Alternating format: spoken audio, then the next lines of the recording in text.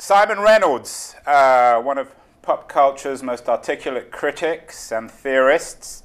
Simon, how has the internet changed the music business? It's just been cataclysmic, hasn't it? In mostly negative ways, but it's like it has positive aspects as well. I mean, well, let's start with the negative. Well, obviously, it's been really bad for record labels. It's been pretty bad for artists. I mean, some artists have made it work for them, but a lot. Not everyone would agree with that. Why has it been bad for artists? Well, it's much less likely that you'll be able to make a living doing it, I think. And a lot of, certainly the reduction in record sales has made it was always like a lottery. Like most musicians never make any money. Most of them leave their deals in debt, notional debt, because the record companies don't come and repossess your belongings. But it's like you're in the red, and if your record happened to sell a lot later, the money you'd be earning would be going to pay off this debt that you'd built up through recording costs and touring costs and all this kind of stuff. But there was always the possibility that a tiny fraction of musicians just really hit the big time and just made forever, and that's gone down. That prospect has reduced a lot, I think. There are other ways of making money. Why? Is it because of piracy? Is it because of the collapse of the industry? Because a generation has come along who don't think they should pay for music. What's your reading on that? You're obviously someone who spends an awful lot of time with artists and with audiences. You're someone who I assume mostly pays for your music. Why are so many people not interested or willing to pay for their music anymore? It's just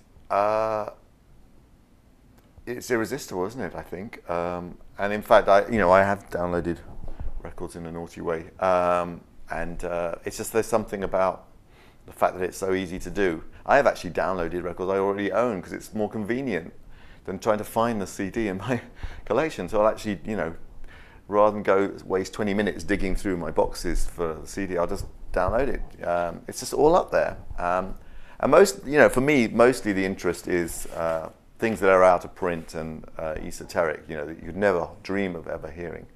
But I think the thing that I find though is that kind of left-wing people often have this thing of rubbing, because you're reflexively anti-capitalist. Often rock critics are. They think they should rejoice that the record companies are suffering. It's great. The corporations are suffering after having prospered off the back of musicians for so long. But I think the decommodification of music has actually not been very good for fans either. I think there's something about paying for music that makes it it's more intense. You're going to listen harder to music. If you pay for it, you're going to pay attention to a record you bought, get your money's worth. Whereas I think people who download a lot, I've just seen from my own habits, you listen distractedly, you might never get round to playing it, you might listen to half of it and stop and get distracted by checking your emails or something else, downloading more music. So I think there's something about the loss of the buying music relationship that has disintensified. In your excellent book, Retromania, you talk about something called the crisis of over-documentation. There's this abundance. We've arrived in the promised land, but it's a rather dark place. It is like the promised land. It's sort of the world you always dreamt of if you're a music fan. Cornucopia, absolute abundance. Or even a fan of any art form, film or design or whatever. It's all up there. All the information, all the most obscure images and movies that you could never hope to see normally. You can access it all, but it's too much to process. It's too much to feel, really. I find that I'm trying to keep up with so much music and listen to so much music from the past that it doesn't quite. It's hard to emotionally react to it. You're just processing it, ticking off boxes.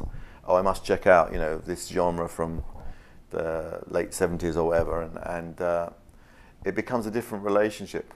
I think also having so much knowledge about music takes away some of the mystery as well, like some of the... Well, you're calling in your book for a return to boredom. You said that we are super saturated now with with information, with data, with music, and we need to go back to a world where we're more easily bored.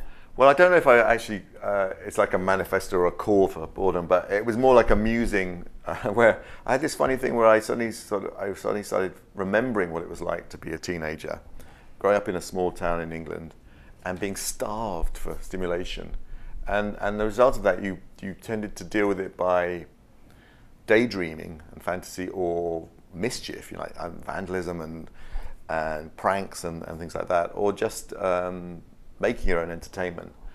And there's a different kind of boredom now that I think comes from having so many choices and so many options that you find yourself just, you know, I mean, one thing is mindlessly flicking through the TV with your remote just through the hundreds and thousands of channels, or drifting restlessly across the internet, never quite fully, you know, starting to read things and then getting bored. The Nicholas Carr, Jerome Lanier thing. So are you in Lanier's camp when he argues that he seems to blame the internet for the disappearance of original music? I think it's had something to you know, I think that's at least a partially correct intuition or observation by him, and I thought his book was really interesting. I think having all this stuff available to young bands, it makes it so tempting to sort of work by revisiting a style and tinkering with it a bit. I think like in the old days, like bands tend to have like start with a few primary influences, and it was a different sort of model of creativity. Like you kind of struggled with your influences and you overcame them, and then you know, if you look at what the Rolling Stones did, like they struggled with, you know, they were super inspired by Muddy Waters and Howlin' Wolf and Robert Johnson, and they kind of had to really search for the records. It's hard to find them, and they start out quite imitative, and then they basically go off on their own original track. So what you're saying then is that the remix culture might be a cultural cul-de-sac?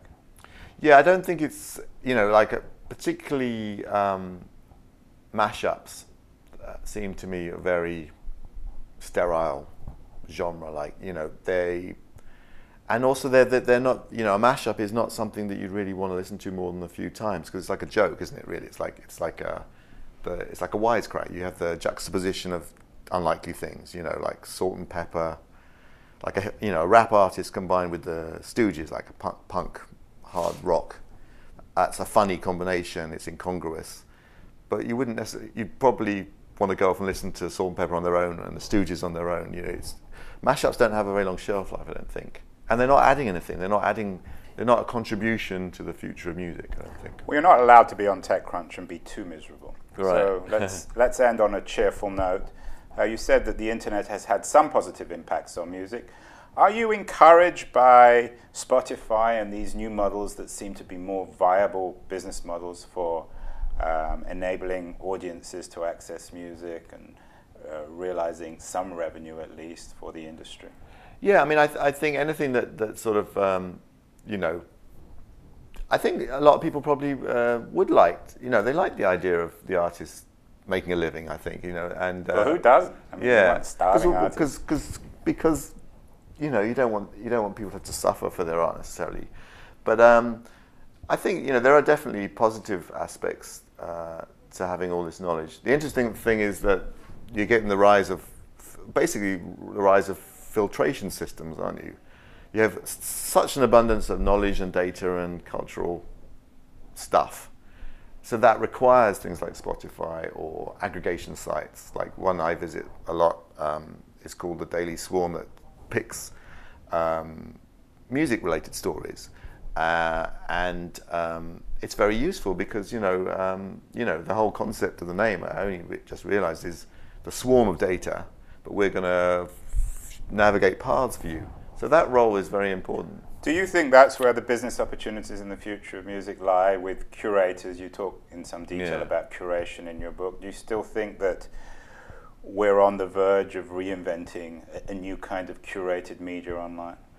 I don't know about that, but I do think that more and more people, you know, most people don't have time to sift through everything. There's too much to go through. So in terms of like what I do, I mean, that role of being a filter seems to be one viable future for the critic, and suggest that there's some kind of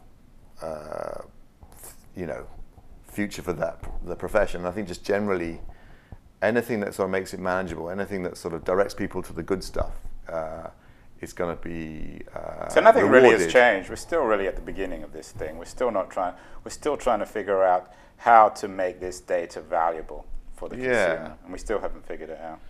No, I mean it's just there is a sort of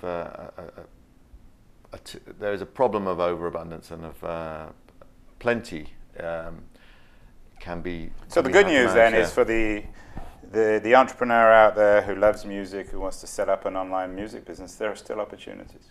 Yeah, I think so. I mean, basically these things are all these systems are basically variants of what radio used to do in a way. That was radio was this famous rock writer Greil Marcus called it like a good weird machine. Like it's a machine that introduces you. It's like a radio gives you what you already like, but every so often it shows you something you don't know that you like. That's the secret, is to get people to encounter things that they're not already looking for and surprise them every so often. So anything that kind of can take on the role that radio used to have and deliver it to new things to people that they're going to like is going to prosper, I think. And on that serendipitous note, Simon, I want to thank you so much for appearing on TechCrunch TV. Well, thank you. I enjoyed it.